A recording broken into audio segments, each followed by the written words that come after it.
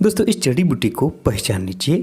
इसे घाव पत्ता भी कहते हैं क्योंकि इस बूटी से घाव शीघ्र जल्दी से भर जाते हैं। इसके अलावा ग्रामीण इलाकों में इसे वानर पूंछ भी कहा जाता है, तो कोई इसे सदाहरे भी कहते हैं। ये मनुष्य जीवन की कई बीमारियों को नेस्त नाबूद करती है। इस जड़ी बूटी को कहीं ढूंढने की जरूरत नहीं है।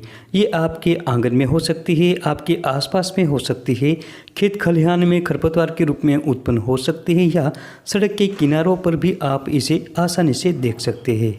यह शरीर में होने वाली सूजन, दर्द, घाव और कटे जले पर एक रामबाण औषधि है। संस्कृत विद्वानों ने इसे संधानकरणी और व्रणरोपा कहा है क्योंकि ये व्रण को जल्दी से भर देती है और कटे हुए त्वचा के स्थान पर इसे लगाने से ये शीघ्र जोड़ देती है। आम भाषा में इसे कुल्हड़ कट्टा भी कहा जाता है।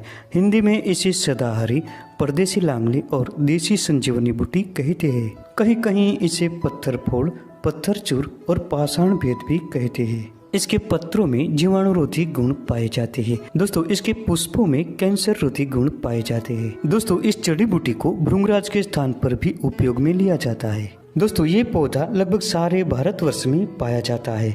देखिए इस प्रकार के इसके पत्र होते हैं और बहुत सुंदर हल्के पीले रंग के पुष्प होते हैं। दोस्तों ये अद्भुत जड़ी बूटी सदाबहार है। यह वर्ष भर हरी रहती है और बहुवर्षायु है। कोई इसे पीला भृंगराज भी कहते हैं। हालांकि ये पीला भृंगराज नहीं है। पीला भृंगराज का पौधा एक अलग होता है, लेकिन भृंगराज के विकल्प में इसका उपयोग भी किया जाता है। दोस्तों इसे परदेसी लांगली भी कहते हैं क्योंकि ये पौधा लांगली यानी कलिहारी के समान चमत्कारिक होता है। इसका प्रयोग कटे जले के स्थान पर करने से जल्दी से फायदा होता है। वैसे तो इसके औषधीय कई प्रकार के गुण पाए जाते हैं। घावों को शीघ्र भरती है। इसका पीड़ांतक तेल भी बनाया जाता है। दर्द, चोट और मोच में इसका तेल लगाया जाता है और ये जल्दी से दूर भी होता है। लेकिन बहुत कम लोग जानते हैं कि ये जड़ी बूटी प्लेटलेट्स को बढ़ाती है। जी हाँ दोस्तों, डेंगू और मलेरिया जैसी बीमारियां होने पर प्लेटलेट्स घट जाते हैं। ऐसी अवस्था में इस जड़ी बूटी के पत्तों का ताज़ा रस निकालें और 2 चम्मच सुबह, 2 चम्मच दोपहर और 2 चम्मच शाम खाली पेट कुछ दिनों तक लगातार पिए। ऐसा करने से जल्दी से प्लेटलेट्स बढ़ जाते हैं और ब्लड सेल्स भी काफ़ी बढ़ जाते हैं। डेंगू हो जाने पर डॉक्टर प्लेटलेट्स बढ़ाने के लिए पपीता के पत्तों का रस सेवन करने का सुझाव मरीज को देते हैं। लेकिन जिनको पपीता के पत्ते न मिल सके ये इस जड़ी बूटी का प्रयोग कर सकते हैं। ये वनस्पति बहुत ही सुलभ और आम है। ये सभी को आसानी से मिल जाती है। एक बार इसका प्रयोग करके जरूर देखें और लोगों को इसकी जानकारी शेयर करें।